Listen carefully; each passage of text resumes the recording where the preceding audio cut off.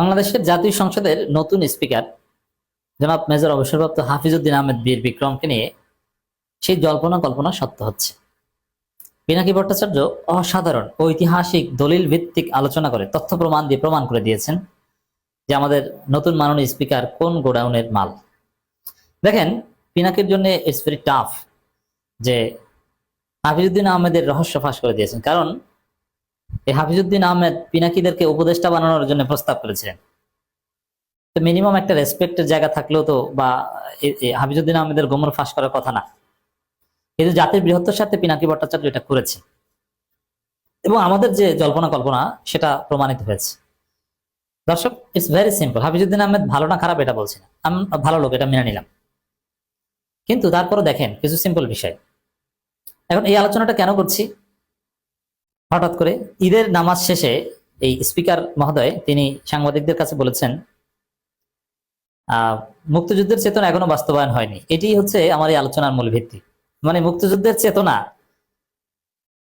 এটা কারা বলে, বা মুক্তিযুদ্ধের চেতনা শব্দের অর্থ কি? এটা বিএনপি, জিয়াউর রহমান, তারেক রহমান, খালেদা জিয়ার রাজনীতি না। মুক্তিযুদ্ধের চেতনা বাংলাদেশে প্রতিষ্ঠিত, মুক্তিযুদ্ধের সেটেলড ইস্যু। বাংলাদেশে কোনো মুক্তিযুদ্ধ বিরোধী নাই। মুক্তিযুদ্ধের চেতনা বাস্তবে বাস্তবায়ন পুরোপুরি হয়ে গেছে ৭১ সালের ১৬ই ডিসেম্বরে। এরপরে আর কোনো মুক্তিযুদ্ধের চেতনা নাই বাকি। হ্যাঁ, জামাত বিএনপি অনেক সময় বলে যে এই যে ভারতের আধিপত্যবাদ থেকে মুক্ত হতে পারেনি, এর মানে এই জায়গা থেকে মুক্তিযুদ্ধের চেতনা বাস্তবায়ন হয়নি, আমরা এখনো স্বাধীন হইনি, আমাদের মত প্রকাশের স্বাধীনতা নাই, ভোটাধিকার নাই, মুক্তিযুদ্ধের চেতনা বাস্তবায়ন নাই। মুক্তিযুদ্ধের চেতনা ছিল জনগণের মতামতের ভিত্তিতে একটা রাষ্ট্র চলবে।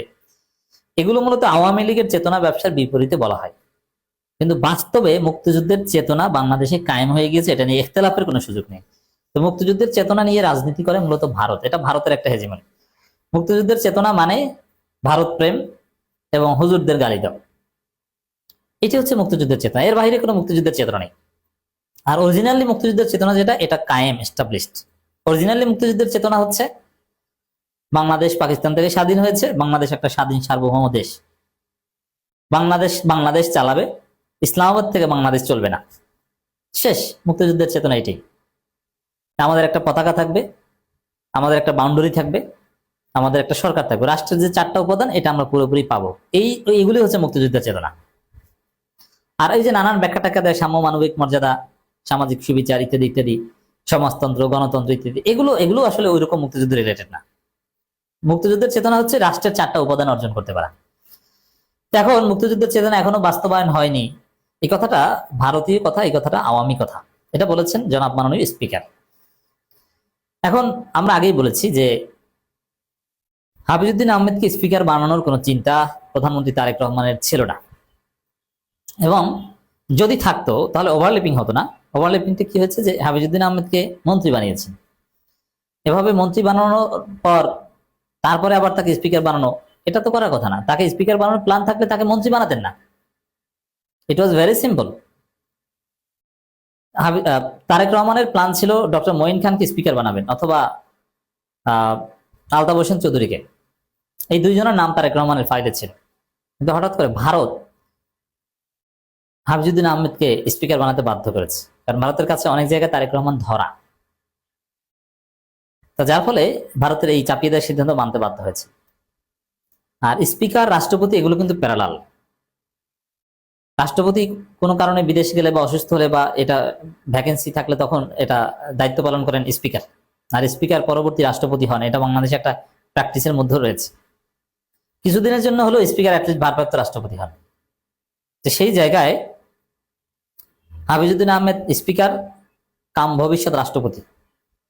এখন এই জায়গাটা পিনাকি ভট্টাচার্য যেটা দেখিয়েছেন, হাফিজউদ্দিন আহমেদের যে শুরু, সেই জিয়াউর রহমানের আমল থেকে ৭১ সালে তার ভূমিকা, জিয়াউর রহমানের আমলে তার ভূমিকা, একসময় জাতীয় পার্টি করেছেন, এরপরে বিএনপিতে এসেছেন, আবার আওয়ামী লীগের কিংস পার্টি হওয়ার চেষ্টা করেছিলেন, ২৪ সালেও বিএনপি ভাঙার চেষ্টা করেছেন, সংস্কারপন্থী ছিলেন, এবং বারবার এমনকি হাসিনার ফেসিবাদী ১৫.৫ বছরও ডিপ স্টেটের এবং ভারতের এজেন্ডা বাস্তবায়নের চেষ্টা করেছেন। অনেকগুলো প্রমাণ পিনাকি ভট্টাচার্য দেখিয়েছেন, যার অর্থ হাফিজউদ্দিন আহমেদ ভালো লোক হন আর যাই হন না কেন, তিনি আসলে ভারতপন্থী লোক, বিএনপির ভারতপন্থী লোক।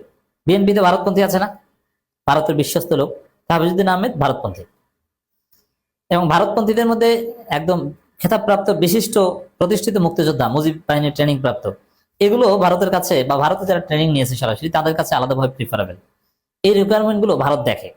হাফিজউদ্দিন আহমেদের মধ্যে সব রিকোয়ারমেন্ট আছে বলে তাকে স্পিকার বানানো হয়েছে। তার মানে তিনি ভারতের পারপাস সার্ভ করবেন। এবং স্পিকার হওয়ার পরে হাফিজউদ্দিন আহমেদের আচার আচরণের মধ্যেও যথেষ্ট পরিবর্তন, তার মধ্যে একটা ভাব লক্ষ্য করা যাচ্ছে এবং বেপরোয়া আচরণ, একটা অহংকারী ভাব, এবং এমপিদের তুচ্ছ তাচ্ছিল্য করার কথা বলেছেন।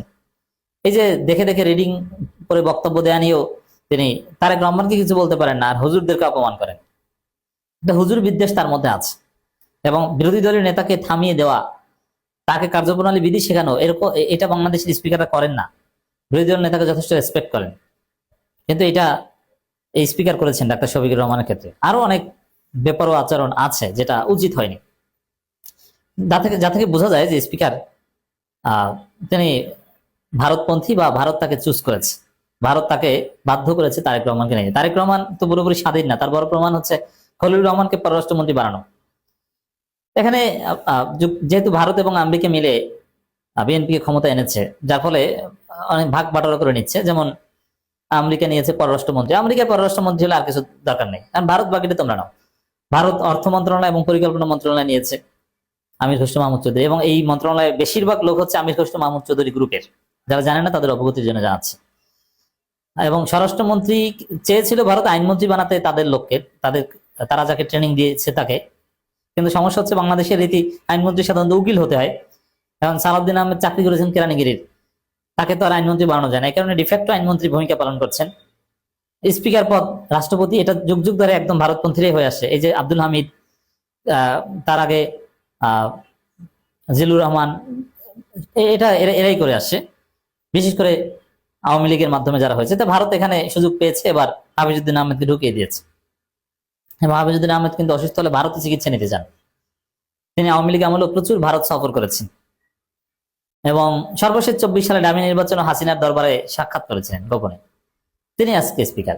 পিনাকি এগুলোই দেখানোর চেষ্টা করেছেন। আর এটা সত্য হচ্ছে, পিনাকির যে ফাঁস করা রহস্য এটা মিলে যাচ্ছে, কারণ তিনি ঈদের নামাজ শেষে বলছেন যে মুক্তিযুদ্ধের চেতনা এখনো বাস্তবায়ন হয়নি। এইটাই হচ্ছে তিনি যে ভারতের হয়ে কাজ করছেন তার বড় প্রমাণ। আর মুক্তিযুদ্ধের চেতনা বাংলাদেশে বাস্তবায়িত হয়ে গেছে 1971 সালের 16ই ডিসেম্বর।